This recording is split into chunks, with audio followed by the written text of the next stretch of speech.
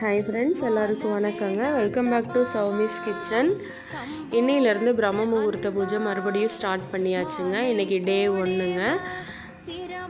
கோலம் போட்டுட்டுங்க, நிலவாசப்படியிலையும் கோலம் போட்டு தீபம் ஏற்றியாச்சுங்க. பூஜை ரூம்லேயும் எல்லாம் ரெடி பண்ணி தீபம் ஏற்றியாச்சுங்க. வாராகி அம்மாவுக்கு கோலம் போட்டுட்டுங்க. வாராகி அம்மா முன்னாடி தான் இப்போ பிரம்ம முகூர்த்த தீபம் ஏற்றிருக்காங்க.